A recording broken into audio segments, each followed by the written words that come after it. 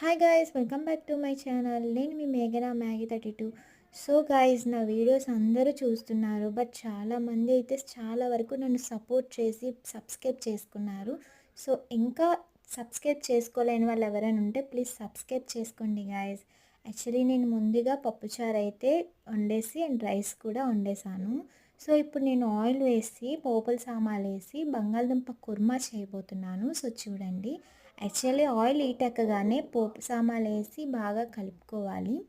బాగా కలుపుకున్న తర్వాత కొంచెం హీట్ ఎక్కిన తర్వాత ముందుగా కుర్మా ప్రిపేర్ చేసుకున్నాం కదా, సో ఉడకబెట్టి బంగాళదుంపను ముందు బాగా ఉడకబెట్టి దాన్ని బాగా ప్రెస్ చేసి ఇలా పోపుల్లోని వేసుకోవాలి. సో వేసిన తర్వాత బాగా ఇలా కలుపుకోవాలి.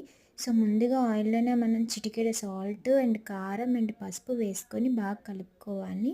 సో ఇలా దగ్గరికి అయ్యే వరకు బాగా గ్రేవీని కలుపుకొని లైట్గా ఆయిల్ వేసి ఇంకా దగ్గరికి కలుపుకోవాలి. టేస్ట్ అయితే సూపర్గా ఉంటుంది గాయస్. మీరు ఒకసారి ట్రై చేయండి గాయస్.